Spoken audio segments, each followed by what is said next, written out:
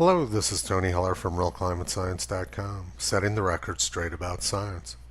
On January 20th, 1901, it was reported, a few days ago a startling announcement was made to the effect that Professor A.E. Douglas of the Flagstaff Observatory in Arizona had received a message from Mars.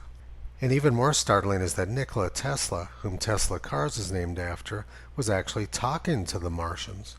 And by 1907, the New York Times had determined that Martians were probably superior to humans. By 1909, the New York Times and our leading scientists had pretty much figured out why the Martians had built their canals. The Martians built their canals for drainage, to prevent floods when the polar ice caps melted. In 1911, the New York Times had determined that Martians had built 2 immense canals in just 2 years. Vast engineering works accomplished in an incredibly short time by our planetary neighbors. By 1915, astronomers had quite generally accepted the theory that the canals are the product of an intelligent action, artificial aids to agriculture, irrigation projects on a scale impossible on the Earth's surface. Wow, those Martians must be amazing people, or at least amazing Martians. In 1919, it was reported, the fact that the Martian canals exist is no longer doubted even by the most religious astronomer. No one doubts today that these canals are parts of an enormous irrigation system which supplies water to the desert inlands. The scientists' knowledge kept growing. By 1920, scientists agreed that Martians were a super race and believed that they were signaling to us. Professor Lowell held that Martians were far advanced in inventions and science. But by 1921, there was some bad news for Martians.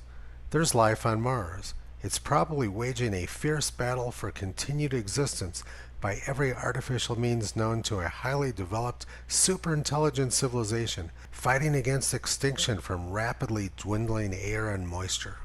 So by 1921, global warming was destroying Mars.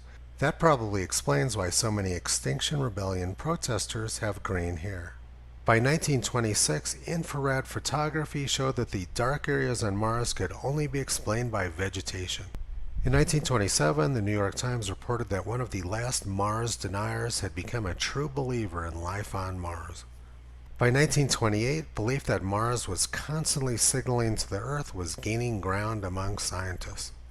In 1940, experts took 8,000 photographs of a new Martian oasis.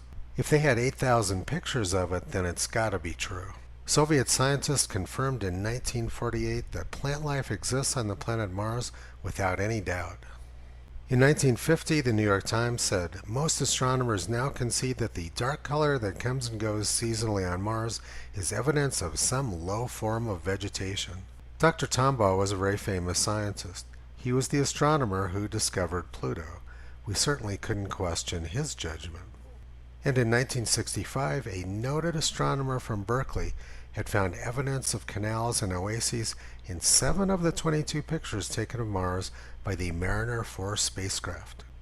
And they released very detailed drawings of the Martian canal network. If spacecraft saw the canals, then they've got to be real. And in 1996, NASA once again says that life used to exist on Mars. They didn't actually have any evidence of life on Mars, but it brought in a lot of funding and publicity for them. And 2 years later, they were still sticking to their claims, even though there still wasn't any evidence. They claimed that they had found fossilized remains of tiny bacteria-like animals in meteorites which came from Mars.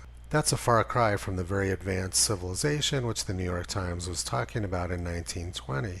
And the reality was that they were just seeing some amorphous structures in the rock which had nothing to do with life. That wasn't the last time NASA tried the life on Mars scam. They've tried it a couple more times since then. But the hard truth about Mars was published in the New York Post 4 years ago.